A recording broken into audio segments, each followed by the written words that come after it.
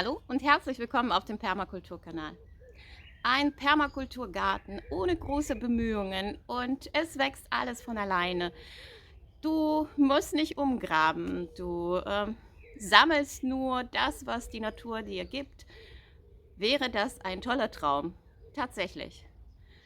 Und dieser Traum kann in Erfüllung gehen, wenn wir achtsam durch den Garten, durch die Natur gehen und die Wildkräuter nicht außer Acht lassen. Die Wildkräuter haben in der Permakultur eine große Bedeutung und die werden wie Gemüse behandelt. Und tatsächlich sind das wilde Gemüsearten, die wir in unser Speiseplan integrieren können. Und das möchte ich an kleinen Beispielen heute zeigen. Und anfangen die Runde über die heimischen Kräuter würde ich ganz gerne mit dem Weißdorn. Weißdorn ist bei uns heimisch. Wir haben sehr viele Weißdornhecken, Büsche und kaum jemand weiß das, dass die Blätter, die Blüten, die Früchte, die sind für alles gut. Für die Verdauung, für die Herzkranzgefäße, für den Herzkreislauf. Die sind blutreinigend. Jetzt sammle ich die Blüten und die Blätter, trockne die auch für die verschiedenen Teemischungen und natürlich lege ich die in verschiedene Gelees und Marmeladen. Das gibt nochmal eine Frühlingsnote. Bis der Flieder noch nicht abgeblüht ist, kannst du noch einen Fliedersirup einkochen. Das Rezept hinterlasse ich dir in der Videobeschreibung, aber genauso wie Holundersirup, da ist nichts Besonderes bei. Das wird so eine rötliche Farbe haben und ist ganz herrlich im Geschmack und ganz erfrischend.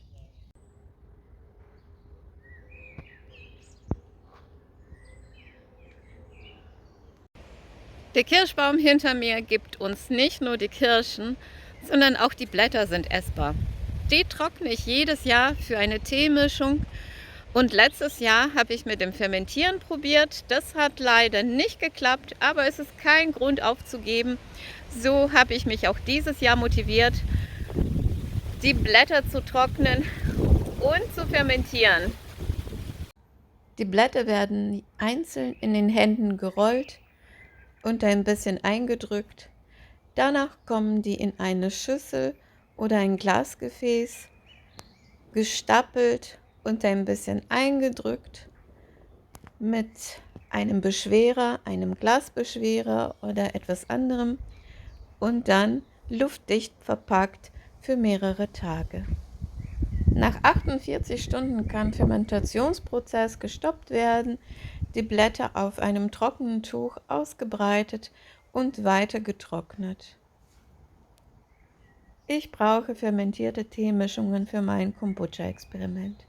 Bis jetzt habe ich einen schwarzen und grünen Tee ausprobiert für Kombucha, aber eigene Teemischung ist auch was ganz Tolles. Die Birke hinter mir ist 20 Jahre alt. Als die eingepflanzt wurde, war ich ziemlich jung und habe mich zwar mit Kräutern und Gärtnern beschäftigt, aber nicht in die Richtung, die ich dann später gegangen bin. So habe ich mich immer gefragt, wofür so eine Birke gut sein sollte. Jetzt weiß ich, viele chronische Krankheiten kann man damit heilen. Die Blätter zum Beispiel zerstampft zu einem Brei als Tinktur für rheumatische Erscheinungen, Gicht.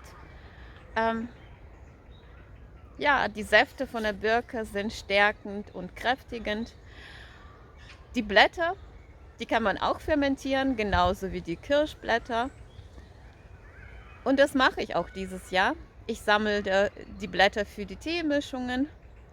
Zu einem Brei zerstampft und auf die Haut aufgelegt, wirken die Birkenblätter hautreinigend, helfen bei Ekzemen oder chronischen starken Entzündungen, Hautentzündungen.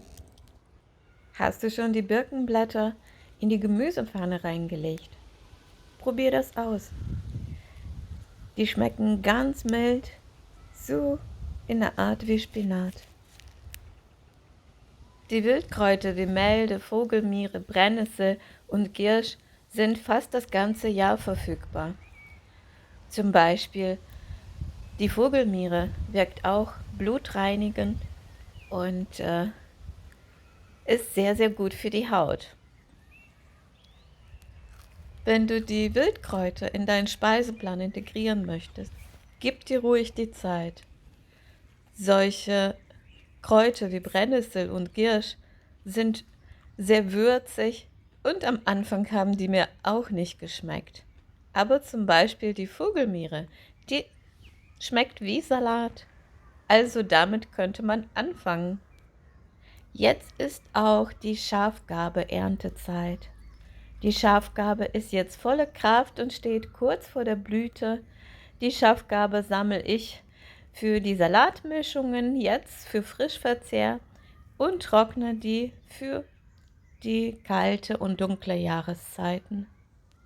Sie macht sich in den Kräutertee-Mischungen und einem Kräutersalz ganz gut. Die Schafgarbe wird verdauungsfördernd.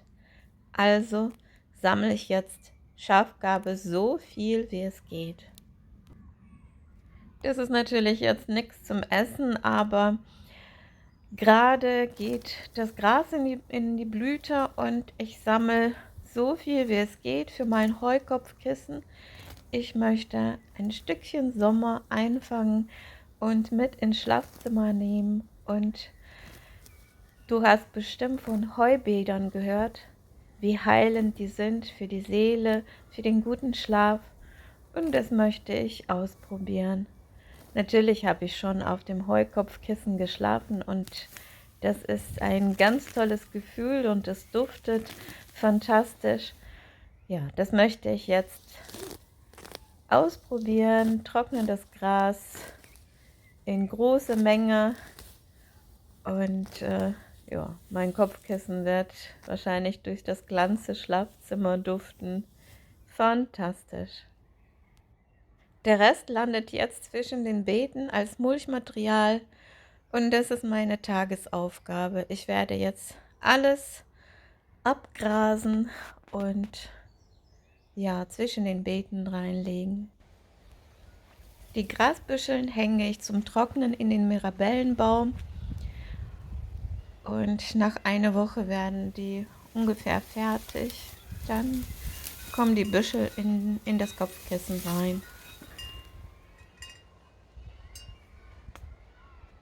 Der Frauenmantel steht auch kurz vor der Blüte und den sammle ich natürlich jetzt auch für verschiedene Teemischungen.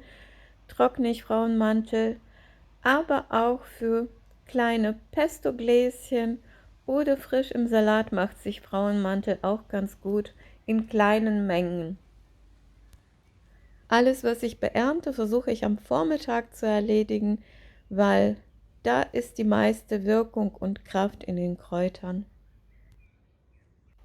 Wir haben ein paar Weinreben im Garten und das hast du schon bestimmt gewusst, dass man die Weinblätter auch essen kann. Die sind ganz mild im Geschmack und ganz köstlich. Die müssen allerdings noch ein bisschen wachsen, so eine Handfläche groß. In verschiedenen Küchen befüllt man die mit Reis und Kräutern. Das mache ich auch zwischendurch, aber auch in eine Gemüsepfanne machen die sich ganz toll mit Spinat und Reis. Die Topinambo-Pflanzen sind nicht nur mit Knollen für uns besonders wertvoll, auch die Blätter und Blüten benutze ich für die Teemischungen. Und jetzt ist auch die Zeit für die Blattmasse zu sammeln. Das mache ich auch. Besonders die fermentierten Teemischungen sind für uns wertvoll und gesundheitsfördernd. Zwischen den Kartoffeln hat sich dieses Jahr der Acker sanft ausgesamt. Du erkennst die Pflanze an markanten, gezackten Blättern und gelben Blüten. Die Blätter und die Blüten sind essbar. Die schmecken etwas würzig, so wie Rucola. Ich probiere das immer wieder in kleinen Mengen in einem Dip oder Pesto. Oder du kannst auch dir ein Ackersenf-Omelette machen. Schmeckt auch ganz lecker. Probier es aus. Der regelmäßige Verzehr außerdem hilft gegen rheumatische Beschwerden. Und mit unserem Kirschbaum möchte ich den heutigen Wildkräuter-Rundgang beenden. Es ist nur ein kleiner Ausschnitt aus einer großen Vielfalt an wilden Pflanzen, an heimischen wilden Pflanzen bei uns. Und es gibt natürlich viel, viel mehr. Und dir wünsche ich viel Erfolg und viel Freude auf der Entdeckungstour Garten. Und möchtest du meine Experimente weiter mitverfolgen? Dann abonniere gerne den Kanal. Für heute verabschiede ich mich und sage Tschüss und bis zum nächsten Video.